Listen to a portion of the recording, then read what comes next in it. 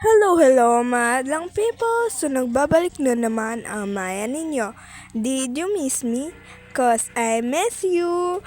So, come on! Darita sa kantila, nagbiyahe pasingod sa bayay. Malamang paulay naman! Ni Agi taanay diri sa may palitana ng bahugan kay man.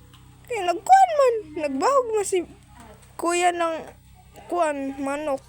Awan iso ko yung guys, amara ko buang nga dun. Hagard kasi. Wag kayo. Kung kayo ba, pagdali kuya kay naglisod na raba ko diri paghingkod. Nanay. So, dari na nga kami guys. Nagbiyay na pasigod sa bayay. Kita nyo ang wayong na ako. Pagka stress haggard na ang day ra kanton, pero okay ra kay 50/50, 44/50. Bahalag haggard basta unahon ang pag-study.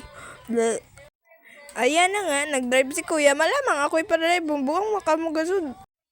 Pagdali nasad nga dun, di na nga, nagbiyahe na kami, malamang. Ikapila ko nagbiyahe na kami. Ikatuyo na no. Buang wizard ako. By the way, gikan ako sa nagpa-therapy sa ako. Si Kian nagtinda sa palengke na way kuan way tao. Way basa mamalitay, I mean. Tapos back to the story na ta diri sa ato pag-edit dire. Diyan nga guys is nagpapahangin na naman yan sa Maya. Kasi ang haggard ko na, tsaka ang init sa Pilipinas. Gusto ko na lang pumunta sa sa Korean. Mukhang kukunin na kayo ni Lord ha. Bakit? Ay, kaya pala.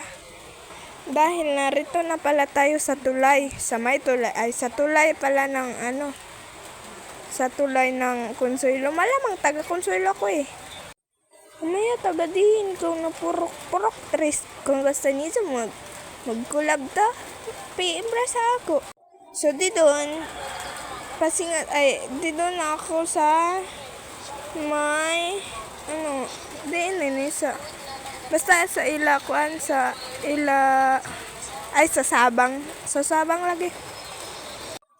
Hay, kahaboy laman na panahon.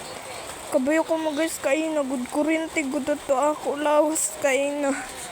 Bawal maghawid cellphone na saya ka video. Sayang. Watch na lang yan kung ako dyan. Kasi ang kapoy-kapoy na nito, sige na lang kung